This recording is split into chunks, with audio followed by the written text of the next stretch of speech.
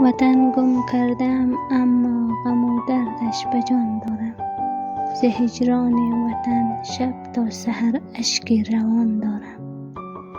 مسافر دختر افغانم و در ملک ترکستان، هزاران درد دوری از وطن در دل نشان دارم. چو دورم از وطن هرگز مراد دل نشد حاصل، به عین نوجوانیم ببین رنگ خزان دارم. شود آیا روم روزی ز کابل تا بدخشانم؟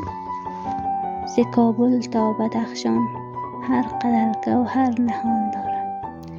چنان عشقی به دل دارم که در هر محفل و منزل، وطن گویم توان دارم و نامش بر زبان دارم.